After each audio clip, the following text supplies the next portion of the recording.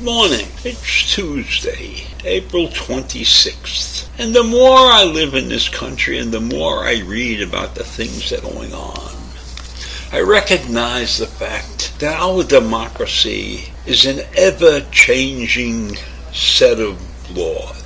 Because in 1962, the Supreme Court outlawed officially sponsored public school prayer, emphasizing the First Amendment's ban on any state establishment of religion.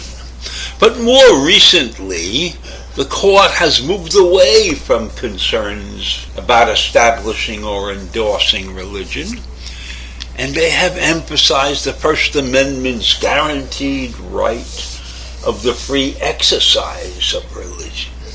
But that doesn't mean that it's getting into the schools anymore. And then in 1971, the Supreme Court ruled in an 8-1 decision that states may not pay for teachers' salaries or instructional material at private religious schools without violating the Establishment Clause.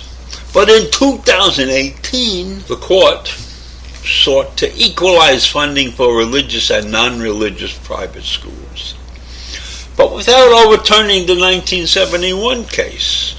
So in a 5-4 vote that the state must provide scholarships to students at private religious schools if it does so for private non-religious schools. Why am I talking about this? Because there is a case in front of the Supreme Court right now that deals with a coach, a football coach, who at the end of games regularly went out to midfield and prayed at midfield on the 50-yard line. Turned out that the coach was a former member of the armed forces, and he viewed each football game as a battle.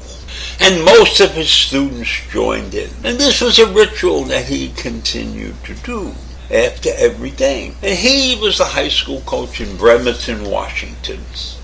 Now, I'm familiar with Bremerton, Washington, since my son lived in a neighboring town called Port Orchard, Washington. Those towns are west of Seattle. But they're not really very rural in a sense, because most of the people who live in Bremerton worked in Seattle. They took the ferry to work every morning. So it was a pretty upscale community. And I found it very strange that this football coach would be doing that in a town that is pretty liberal, multi-dimensional town. So we have this coach that was praying on the football field.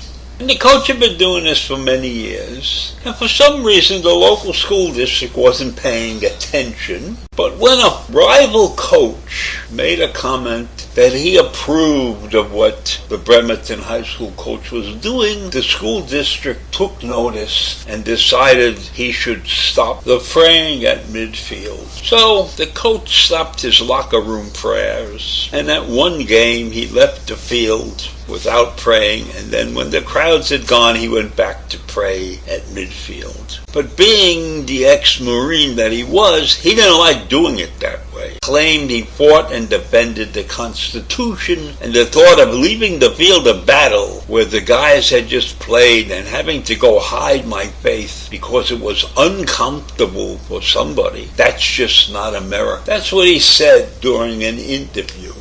And he went back to his practice mainly at away games. But then came the homecoming game, the big event. And the coach, meanwhile, had hired a set of lawyers from the First Liberty Institute. And they wrote a letter to school officials that said that the coach had a constitutional right to pray at the 50-yard line at the end of the game, and that students could feel free to join in voluntarily.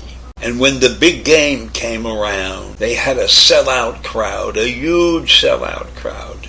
And the majority of the sellout crowd was on the coach's side. But when he went out on the field to pray, there were other groups that ran on the field, particularly a group of Satanists that ran on the field. and there was mayhem. So it did not end well for the coach at that point. Anyhow, after the game and for several weeks, the coaches, lawyers, and the school district continued arguing about the situation. And the school district took a position that while it wished to accommodate the coach's private religious expressions, it could not allow his midfield post-game prayers because such a public display at a school event would be perceived as the school's endorsement of religion. And that was not what the school wanted, and that was not what was allowed under the law. And so 2 weeks later, they placed the coach on administrative leave because he didn't abide by the district's policy against encouraging or discouraging student religious expression. And at the end of the term, coach did not apply for a new contract for the following year. So we see here a divergence in our country. What does freedom of the speech mean? We know you can't yell fire in a crowded movie theater, but where does freedom of speech end or begin in a situation like this? And recognize the fact that his religion, and I don't know what it was, they don't state that in the article, but there are many other religions that are involved in the school. So if the school is viewed as allowing a practitioner of one specific religion over all others, they can't do that. They can't do that. And since this is a public school, not a religious school, it's even worse. But you can see in this instance and over the years how the Supreme Court rulings affect the way we live, because something that's ruled in 1971 is not effective in 2022 anymore. And it can change. And we're about to see some other changes that may take place in the Supreme Court, specifically the one called Roe versus Wade.